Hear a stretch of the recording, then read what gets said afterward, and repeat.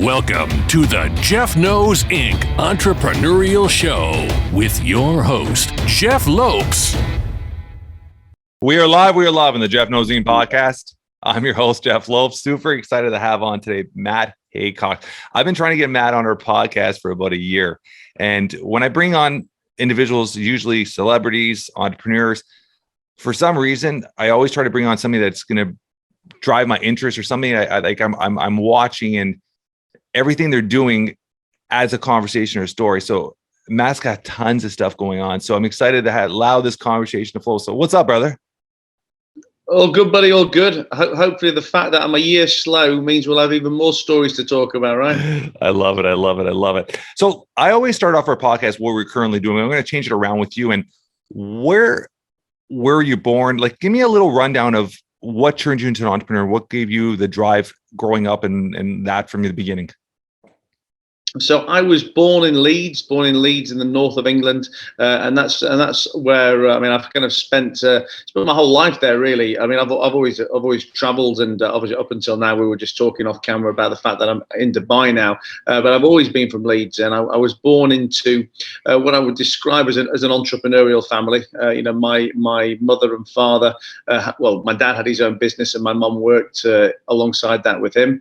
My dad and I are very different. In terms of, I guess, our characteristics and our business styles and our management styles, but undoubtedly the fact that I was born into that background, had a huge bearing on what I do now and on what I kind of wanted to do as a kid.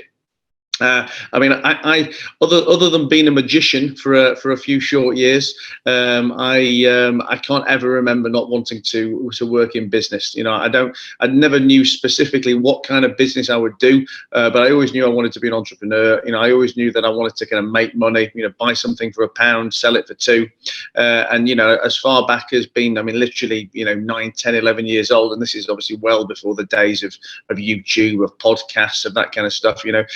All the books I would read would be business biographies or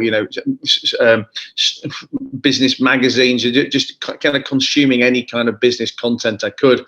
And I was desperate to leave school. I was desperate to get out there and kind of make my way in the world. I just never specifically knew what it was going to be. Just that it was going to be business in some way, shape, or form. And I left school at 18.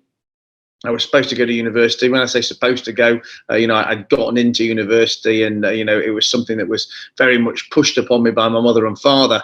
Again, 20. We're talking 22 years ago now. So in the kind of late 90s, and certainly before then, I think it was very much considered that if you didn't have some kind of formal university background, you would be almost unemployable in the in the kind of corporate society. So I had it very much pushed upon me, but I never wanted to go, and I convinced my parents to let me take a year off, what we call a gap year in the UK, where normally people will go traveling or do whatever it is they want to do to take a break between school and university.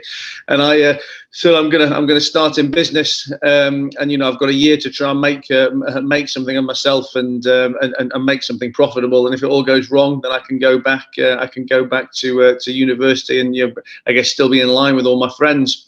And I kind of still joke today that 22 years on, I'm still keeping my fingers crossed that I don't have to sign back up for college in September. Yeah. So what business did your parents run at that time? Well, my parents' business was technology. Was computer software. My dad wrote finance software for leasing companies. So nothing to do with where I started. I mean, the first business I worked in was a corporate clothing business. It was uniforms, career wear, which it was a business that my dad invested in, and I went to work there in a kind of a sales capacity. Yeah. And it was, my dad had invested. He was supposed to have invested a relatively nominal 5-figure sum, and it was a business that was supposed to be very much well run, well established. Great team in place, and he was really just putting in a bit of extra capital and extra support. Yeah. And within a week of being in there, it transpired that couldn't have been any further from the truth. And over the coming weeks, his 5-figure investment investment became a meaningful 6-figure investment, and the business was pretty much rack and ruin. And I was working there selling. I was still living at home at the time, and I used to come home every night, and I'd be sat at the dinner table saying to my dad, this is ridiculous. You've got to come in, you've got to do this, you've got to do the other. And my dad was, he was kind of semi-retired at the time, so he just wasn't really interested, and he just kept saying, look, I don't disagree with anything you say, but I just haven't really got it in me to do it anymore. And after a month or two of me coming home, hammering the life out of them over dinner, I think my dad finally caved and said, you know what, you basically do what you want with the business. You can have it. You can't make it any worse than it already is. And I went in the next day and I fired literally everybody apart from this little old guy who'd worked in the warehouse for years. And we had to basically restart the business. How old were you at that point? I was, I'll have been 19, maybe 20 at a push, but I think 19.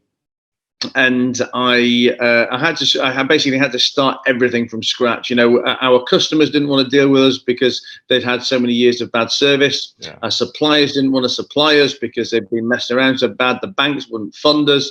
There were no staff. I had to start the business, from the ground up, but had to almost worse than starting from the ground up because we had so much bad association that I had every possible problem you could deal with.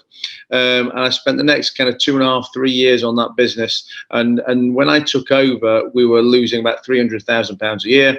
And after 3 years, we booked our first profit that the business had seen during our tenure of £30,000, and it wasn't huge numbers. Even in those days, it wasn't a particularly exciting number, but it was more the principal factor that that this huge loss had been taken to break even and then turn to profit, and that really by that point I was 22 years old, and I'd seen more problems, more disasters, more things to deal with than someone 3 times my age would have had. And whilst I didn't really understand it at the time, that background has really been very much the making of my ethos today, that we only learn from mistakes. Yeah, 100%. Hopefully it doesn't have to be our own mistakes. If we have the right mentors, the right people around us, we can learn from somebody else's mistakes.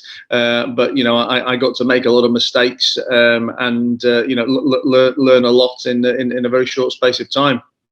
Where did that business end up? Did you end up selling out or closing up the business, or still running? So when we'd done that, I was kind of bored of it, really, for want of a better word. I think I kind of was starting to learn what I was good at and not good at, and what I liked and didn't like. And I like the ideas, the kind of the delivering on an action plan in the early stages of a business's life. Where we'd kind of gotten to with the business at that point was it needed probably more management structure, more corporate structure. It wasn't what I was. It probably isn't what I am today. It certainly wasn't what I was at 22 years old. And I stepped out again, and my dad by that point had come in. Our family circumstances were very different by that point, and he kind of came back to work. And I went off for stage 2, which was for me bars and pubs and clubs. And again, I was still only very young, and my logic for wanting to go into that line of business wasn't because I understood anything about it. It wasn't even because I knew how it was going to be profitable. I just thought, at 22 years old, what can be better than running a busy bar, drinking beer, meeting girls, and getting paid for it at the same time.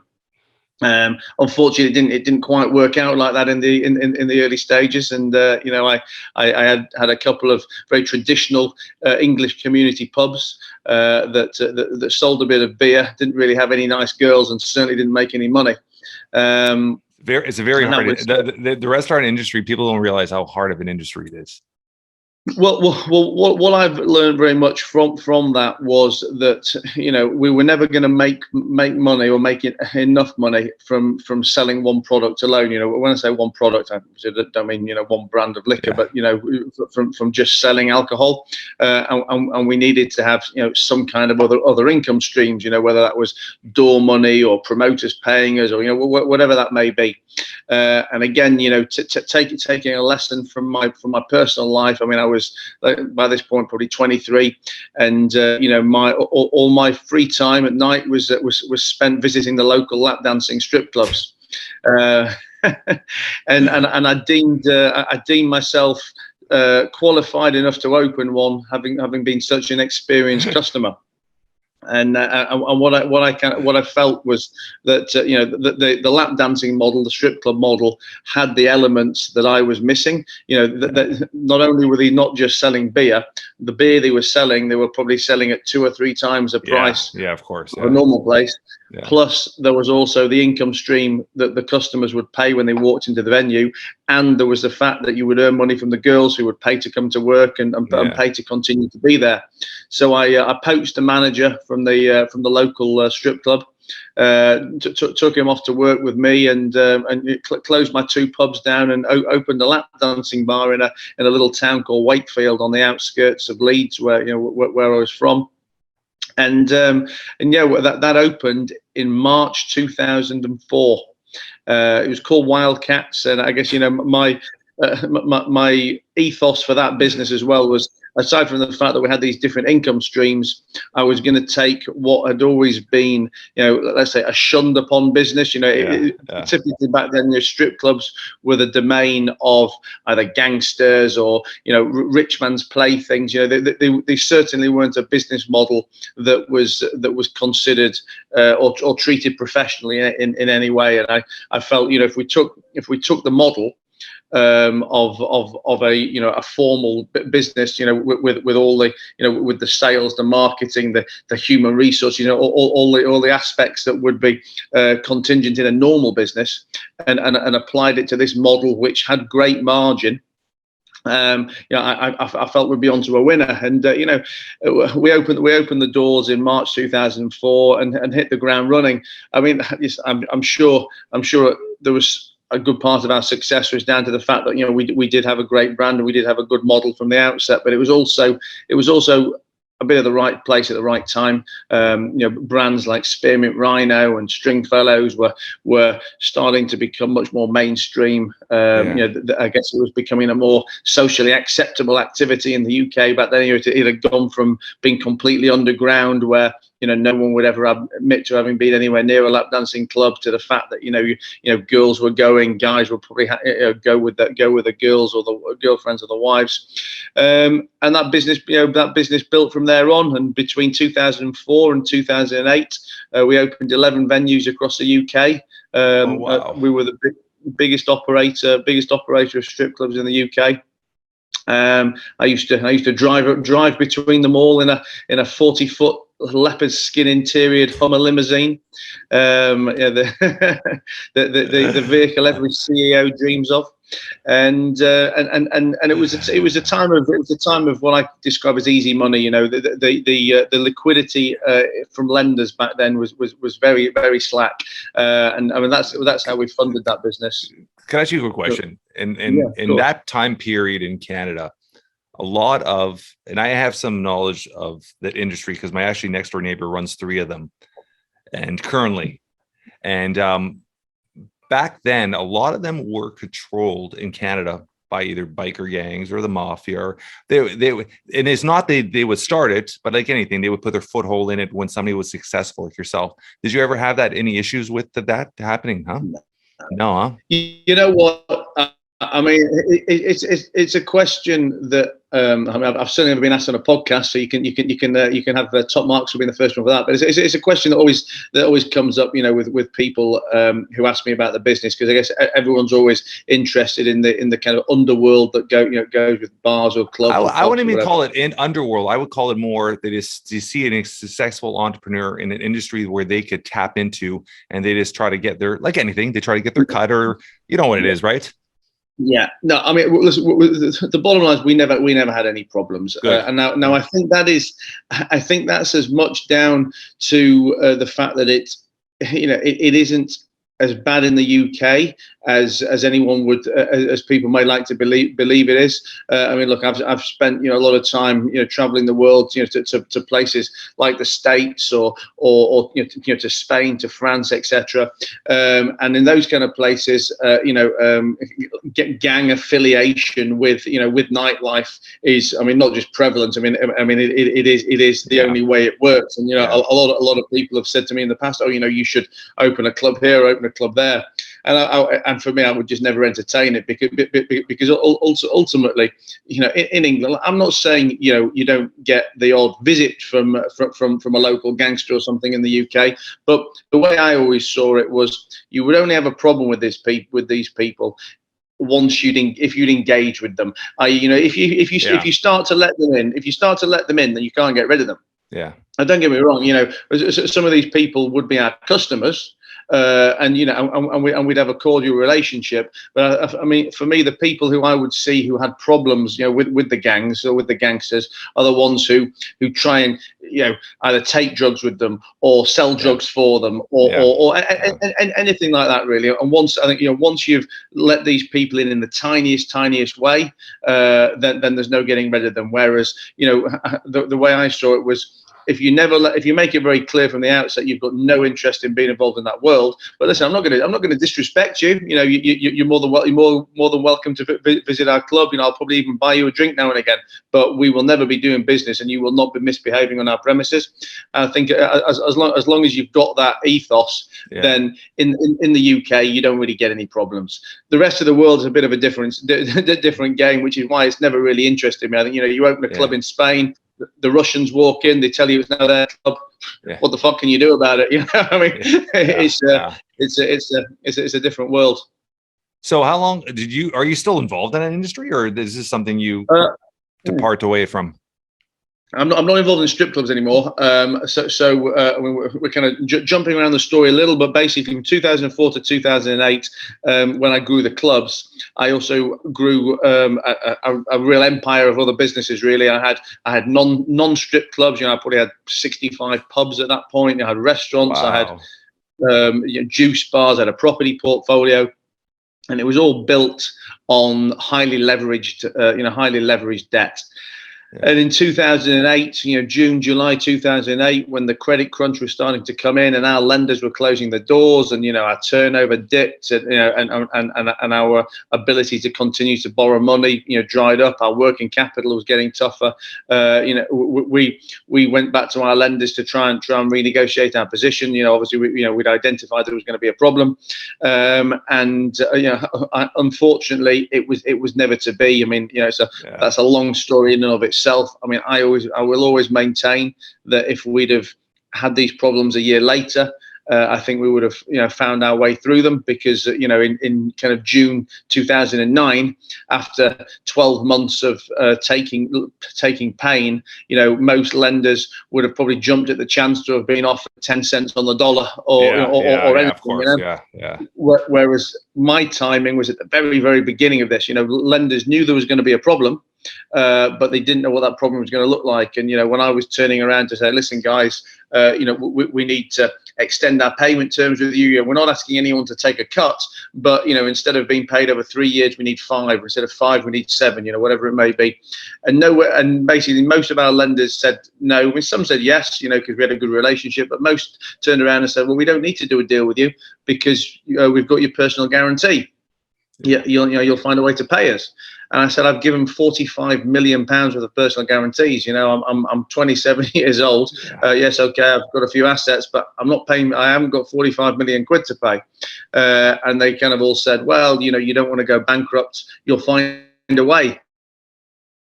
I said, don't want to go bankrupt, but believe me, I won't find a way to pay 45 million quid. When the first legal letter dropped in September 2008, there was no point fighting it, because if we'd have delayed that one, then the next one would have got us. If we'd have delayed that, the next one would have got us. So I kind of put my hands up and thought I'd take my pain as quickly as possible. And the businesses all went into bankruptcy. I was made personally bankrupt, and that was September 2008. So kind of went off a cliff overnight, and I kind of woke up in October thinking, shit, I've got to go back to work here. I mean, that's a huge shift, and obviously being on top of the world and falling off the cliff like that, and you're in the same boat where so many individuals in the real estate or pubs or anything like that industry. Where was your mindset at that time? And this is something I was going to talk about. But I mean, as an entrepreneur, everybody thinks it's all roses and glory at all times, but there's tons of times of depression and stress and anxiety, and you're fighting with yourself to get going the next day. Where was your mindset at that point? It's a question I often get asked, and I always say that I can't really give a fantastically eloquent and complicated answer to it, because the way I saw it was I had no choice but to kind of get back on the horse again. I was, like I said, I was 27 years old. I had a daughter who was 18 months old. I had a wife at home. So between needing to kind of provide for the daughter, put food on the table, and the fact that I wasn't going to enjoy life skint, I didn't really have any time to kind of think about it or moan about it. And yes, a lot of the people around me at that point were saying your career's over, your reputation's savage, you'll never work again. And I guess I could have let that become a reality, or I could have got back out there and started to try and make some money again, which is basically what I did. I don't specifically remember the days immediately after the bankruptcy, but there certainly wasn't any days of lulling around on the sofa and watching Jerry Springer. It was very much I've got to get out there. I've got to pay some bills. I love that. So where was your next venture? Where did that take you? And this is 2008 at this point. So that was kind of 2008, 2009. So really for the next few years, I spent most of my time arranging finance for other people. Consulting on other businesses, because I guess my skill set at that time and all of my skill set was learnt on the job from running these businesses previously. But I built these businesses by becoming a prolific borrower. I had 50, 60, probably 100, lending relationships, with everybody from the mainstream banks down to the tiniest little private lenders who no one would have ever heard of. But these were all people that I had personal relationships with to some degree or another. And what I was learning very much at the time was that no matter how long someone had been in business or how successful their business was, access to finance was something that not many people either had or understood or knew where to begin. So I kind of built myself back up over those next few years by being a finance broker, by being an advisor to other businesses, whether that was about borrowing or businesses that were suffering financial problems, and people wanting bankruptcy advice, etc. themselves, because again going back to what we were talking about at the beginning, you only really learn from mistakes or problems, and obviously some of these catastrophic problems are hopefully things that you will never experience ever, or maybe never experience more than once. So I was in a pretty unique position at that point, having been able to find lenders and raise tens of millions of pounds, having built businesses successfully, having failed, having been made bankrupt and everything else. So I kind of went poacher turned gamekeeper really, and went from being a borrower to being an advisor, from being an advisor to being a lender, and that's where I've kind of rebuilt my businesses over the last 10, 12 years. We we went from arranging finance for borrowers from other lenders to then ultimately providing it ourselves. I now run a eight-figure lending book where we provide the money from our own balance sheet. We syndicate money from our international network of high net worth investors, and our lending model is very much based on my backstory. That all our customers have got some kind of a story. They need to borrow for circumstances or a story that they probably think is unique to them, but the reality is I've experienced it in some way, shape or form before, and we always say to our customers, never think of us as a bank. We were a borrower before we were a lender, and we're a business person, not a bank manager. So if you're honest with us and you let us understand your business, we'll probably understand it better than you do. And if you've got some problems and you're honest about your problems, believe me, they're probably nothing in comparison to the problems I've had or the hurdles that I've overcome. So let us be your partner, let us be your advisor, as well as your banker, and that's the business model that I've got now. So are you an actual investor in the businesses or just a complete lender? I am 90% lender, 10% investor.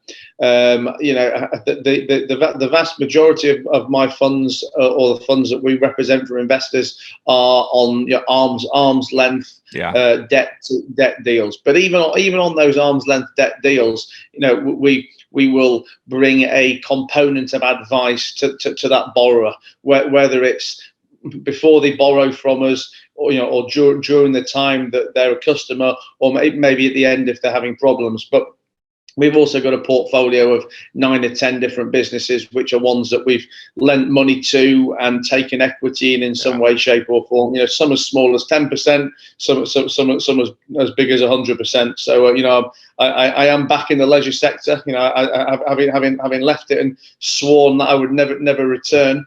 I'm back in leisure. I'm now in retail. I probably spend 50% of my time running our luxury retail businesses, but ultimately the vast majority of all my time is spent building investor relationships, building client relationships, and working on marketing, particularly digital marketing strategies.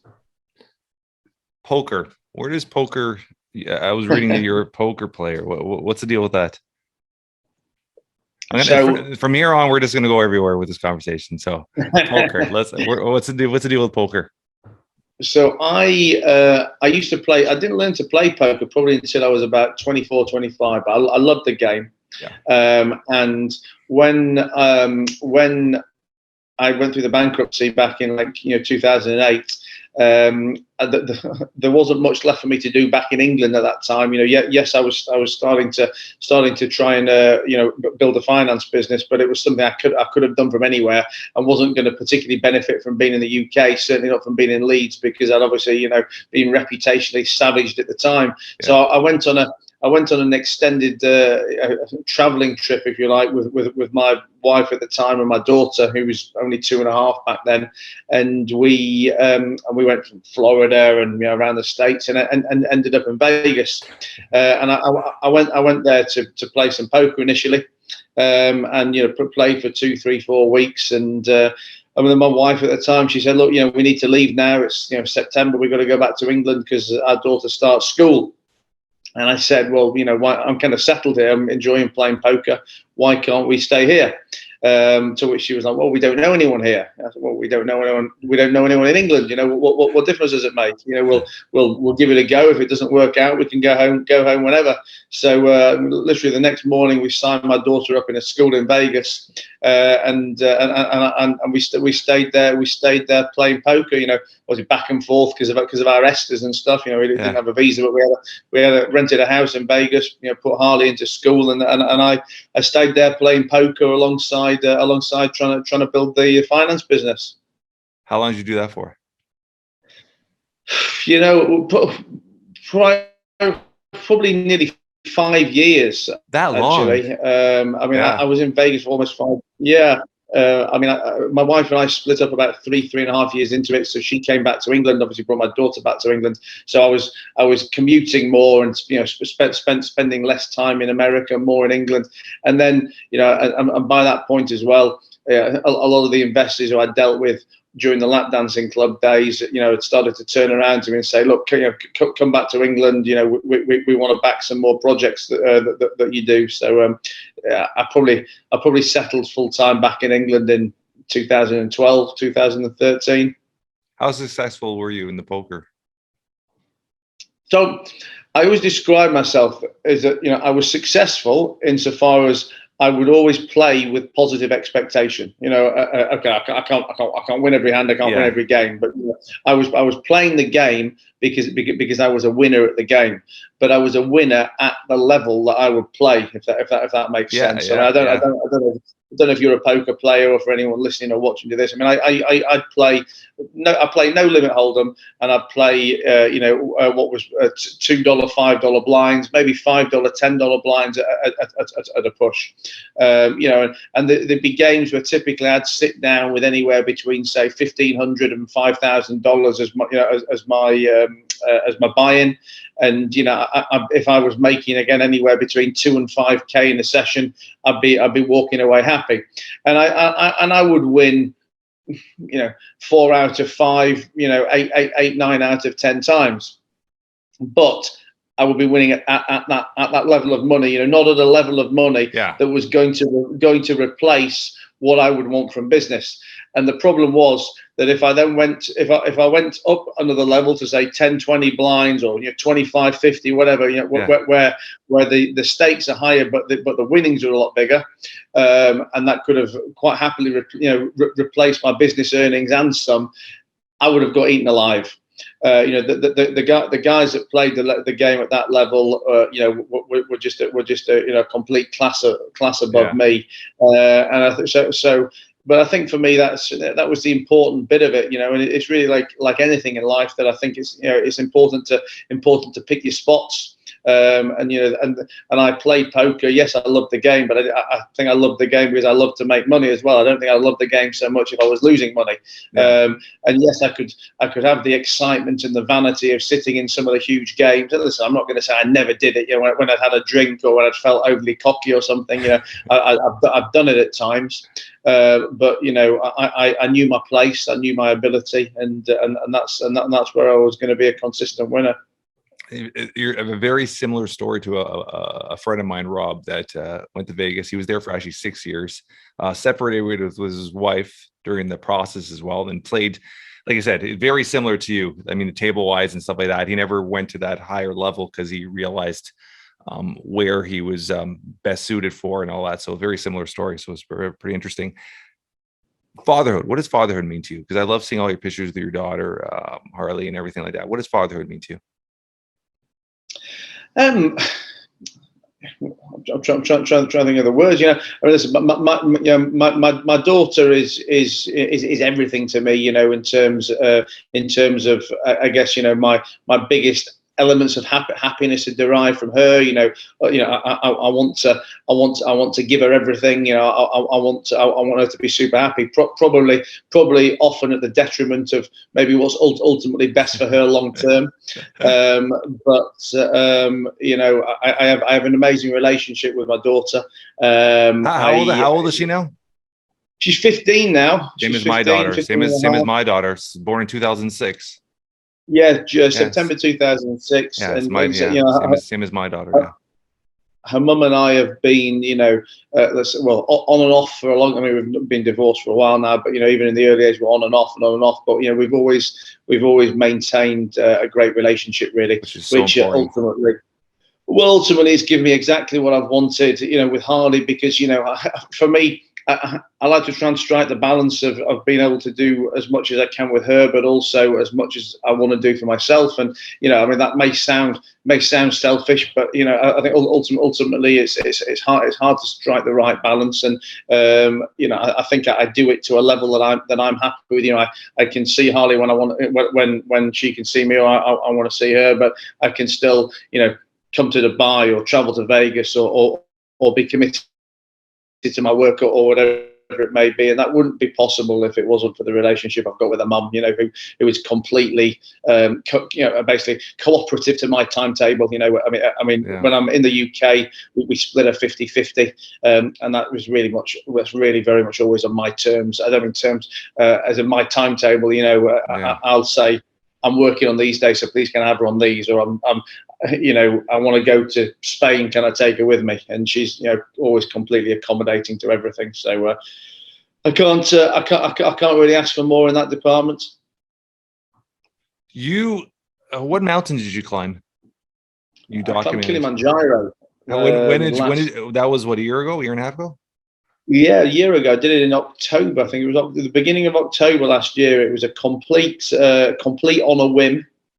I was in Ibiza in August, and I was with some friends, some work friends, and there was a good friend of mine there, a guy called JP de Villiers, who is a guy I actually met on my podcast. And he's I always describe him as a kind of a elite athlete, motivational speaker, human action man. And we were talking about bucket lists. And he was saying, what's on your bucket list? And I was saying, well, I want to do this and that and the other. I'd like to climb a mountain. And he said, well, I'm climbing Kilimanjaro in 7 weeks' time. Why don't you do it with me?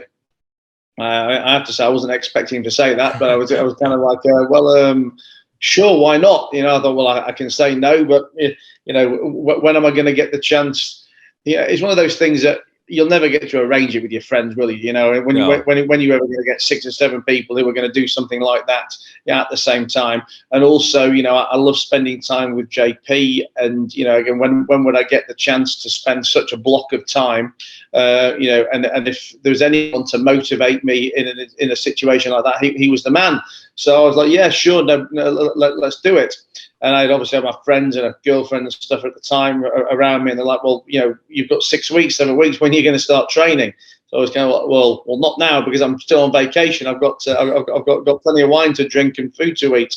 So I kind of had another 2 or 3 weeks of vacation with a plan to fly back to the UK and start and have a good blast of 3 weeks training before we did it, which obviously would have been completely inadequate. But when I landed in the UK, I landed back with COVID.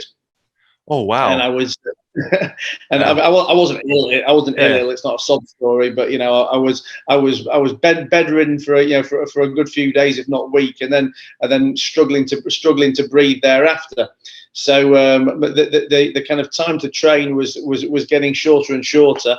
I then bought some hiking boots, which were very badly fitting. And when I went for the first walk in them, they'd like dented my ankle so badly, I had to stop 2/3 of the way through this walk.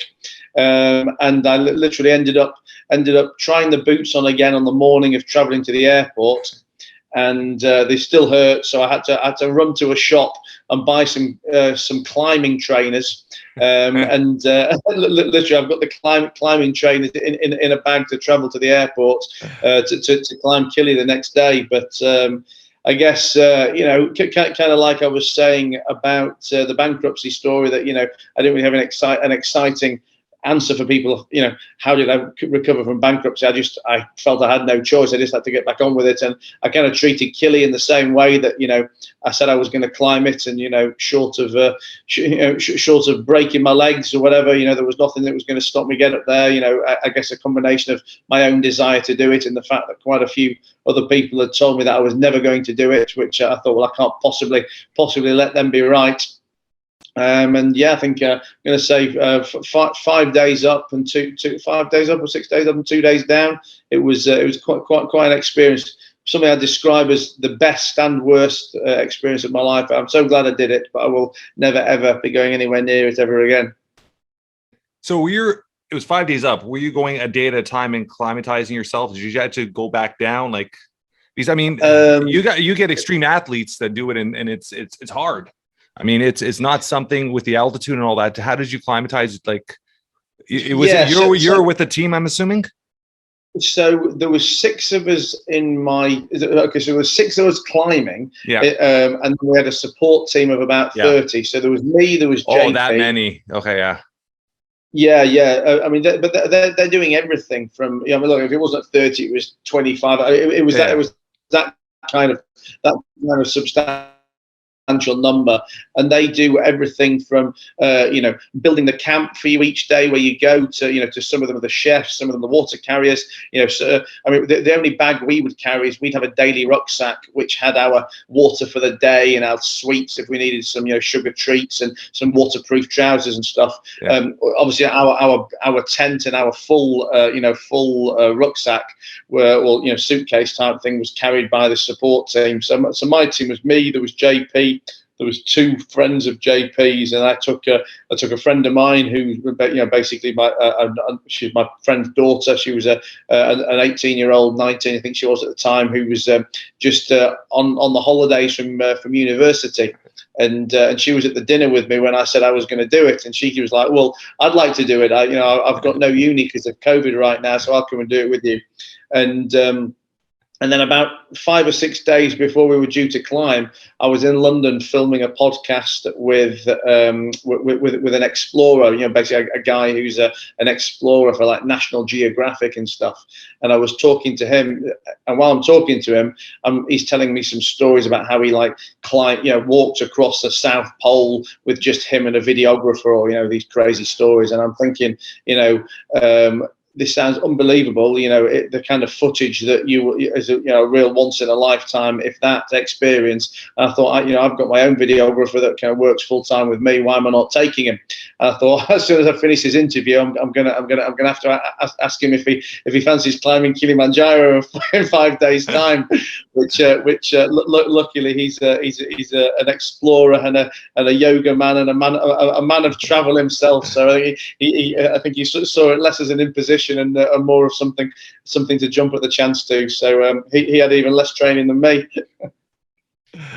So when you're coming down, I digress from your question. So your question was, did we acclimatise each day? I mean, yeah. So I forget the specifics of how much we do each day, but we climb each day anywhere from 4 to 8 hours, depending on what the makeup of the land was, and we'd never go up to and then sleep and then come down, if that makes sense. But what we would do is, we may this didn't happen for the first 2 or 3 days because the altitude wasn't becoming an issue at that point. But unlike day 3.5, 4, 5, what we might do is climb up from, say, breakfast to lunch. We'd be having lunch at a particularly high peak. And then we may climb down a few, and that would start to acclimatise us. And then we'd climb down a few hundred meters from that, and then we'd sleep at that point, and then we kind of go up and back down again. But yeah, I mean, I'm not going to say it wasn't a challenging climb because it was. I mean, it was obviously hard work, but for me, the climbing wasn't the hard bit. The altitude sickness was an issue. I mean, I didn't really suffer altitude sickness, but it would obviously slow you down. There'd be times it would give you headaches and nausea and stuff. But for me, the biggest the biggest problem was just sleeping conditions. I mean, we all slept in tents. We all had our own single tents, and it was minus God knows what. Yeah, I was gonna ask that. It's freezing, huh? Absolutely freezing. Okay, we had a thermal sleeping bag and stuff, but that didn't really give you the warmth. And the tent has no padding, so the tent is just literally on a rock floor. And I don't have the best back anyway. And would be literally, I'd be freezing and spasming to the point that if I slept 1 hour a night, 2 hours a night, sporadically, that was probably a long night for me. And I'd find myself literally at 3, 4 o'clock in the morning, shivering, begging for 6 a.m. to come when we start climbing again, because I'd know that when we climbed, A, my legs would be moving, and B, there'd be some sun shining. So I mean, the hardest bit for me was the fact that I just never slept, and I was very, very, very grumpy and just tetchy about the fact that I just couldn't lie on this floor anymore. What have you done with the footage? Have you done into a documentary? Yeah, we've got a documentary on YouTube. I think it's a 50 minute video of my kind of climb up there and my journey to get naked at 6,000 meters. I took managed to take my kit off for a naked picture on the Kilimanjaro sign. I think it was minus 19 degrees. It's crazy. Yeah, I remember that. That's one of the photos I saw on your Instagram account. And it's crazy is I was actually just watching, I don't know what movie it was a couple of weeks ago with my kids. And it was on Mount Everest when a whole bunch of I think it was a whole team, I think 6 or 7 of them had passed away on their way down because they hit a storm. And one of the things they said is when you get to a certain altitude, you start over in your head, you start thinking you're too hot and you start taking off all your clothes and all that stuff. And it's crazy. It's like your mind starts playing games where you're freezing, but you start thinking you're hot, you start ripping off all your clothes. And when I saw your picture, I mean, that's it's something that you do once in a lifetime. So it's pretty special, huh? Yeah, no, it was an incredible experience. It was great to do it with the people I did it with. You know, it'll be stories and memories, memories forever. But you know, it's funny because I've got friends now who like talk to me about what I'd done doing it, or who've watched a documentary and they're like, "Oh, this looks great. You know, I want to do it. Will you come and do it with me again?" I'm like, "Absolutely no." I'll give you all the help and chat you want, but I won't be coming with you. How long you said you're in Dubai right now? I'm in Dubai, yeah. How long have you been in there for? How long have you been there for? Nearly a year. I came here. I'd never been here before. I came here last December on an 8-day holiday, and on day 2, I decided that I was never coming home. It's a different lifestyle there, huh? Yeah, I mean, I love it here. I mean, I'm a massive advocate of the lifestyle here. I mean, I talk about it a lot to people, and I'm conscious I don't try and ram it down people's throats because it's horses for courses. But I find it's there's something about waking up with the sun on your back that always puts you in a good mood anyway. But that aside, I think the place it's very clean, it's very safe, it's got very high standards. It's got great levels of service. But the opportunities here, to meet people, to do business, to do business on a completely different scale. It's like nowhere else in the world that I've experienced. I mean, I've obviously spent plenty of time in major cities like London or like New York or Miami, Vegas. But none of them can really compare to me for the level of people here all the time. I mean, literally, I don't think I ever go to a lunch or a dinner or a pool, I said pool party, not a pool party, like a cabana get together or whatever, and not meet somebody who is either directly relevant to some business I want to do, at a high level, or just someone that I know they'll be a great person to kind of have in my network and build a relationship within the future. I mean, honestly, the caliber of people here is just next level. So this is something that will be permanent for you going forward, hopefully.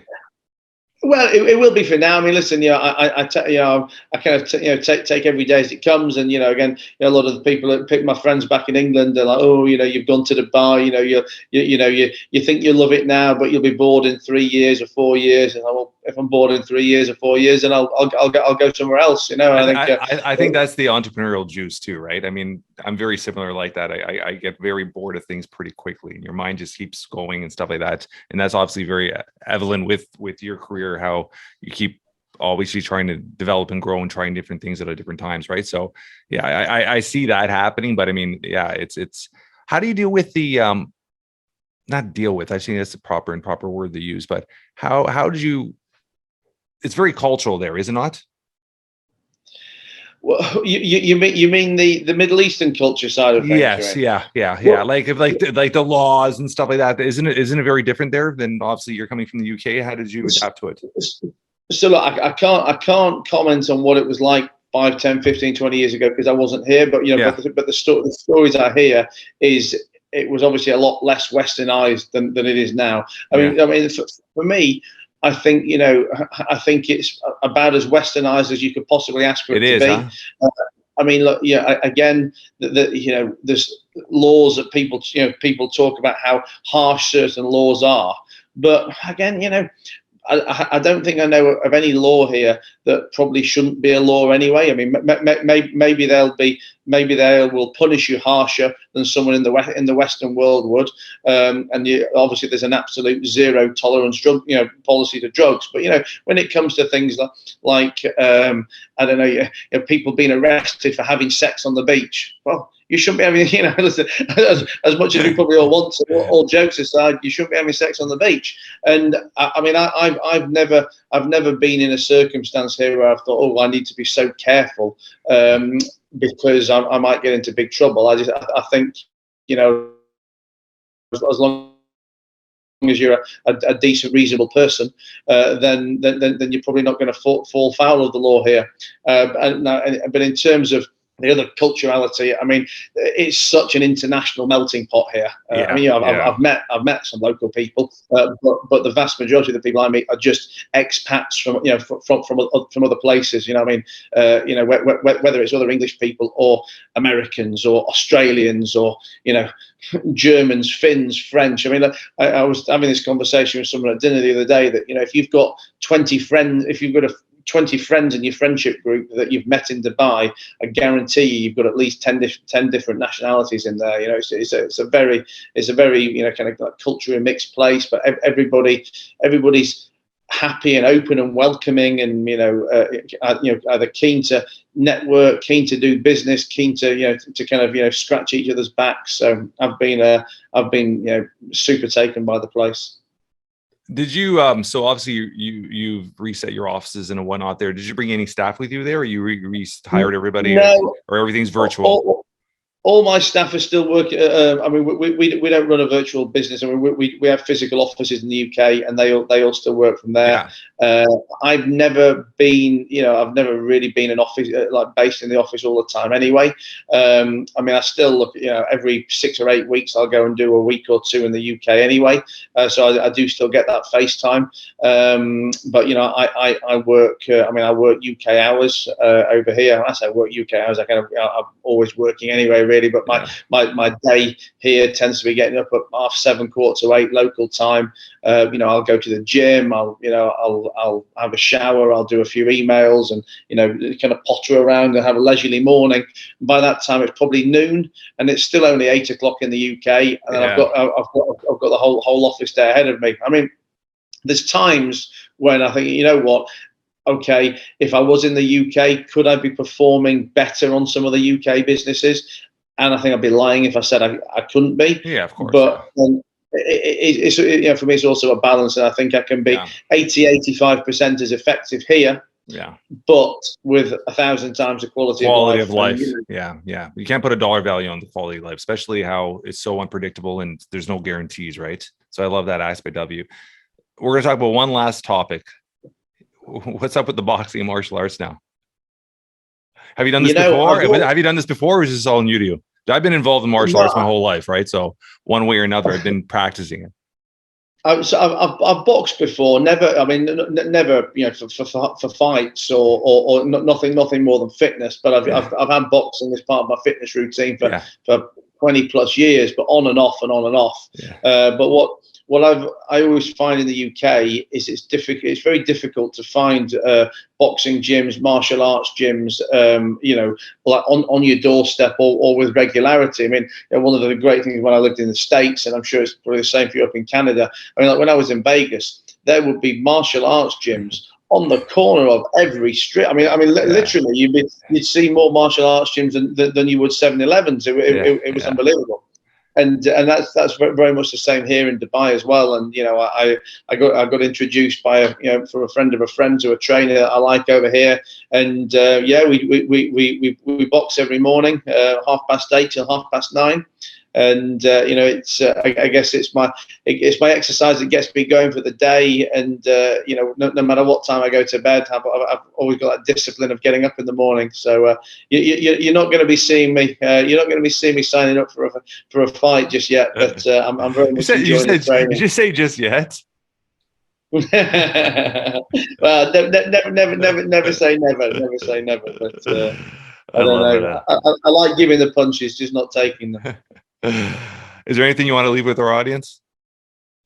I guess I'd just like to say, if you've enjoyed listening to me, guys, you can check me out on any social, any YouTube. I'm Matt Haycox, or the Matt Haycox, TheMattHaycox on pretty much all the social channels, and I have a podcast too, the Matt Haycox Show, which you can get on iTunes, Spotify, wherever you listen to them, or on YouTube. So if you've enjoyed listening to me on here, then I'd love you to jump over and find me and follow me on somewhere else. And thanks a lot to you, Jeff, for having me. It's been a long time coming, but it's been great to chat. I love it. I love it. I love it. Thank you so much, brother.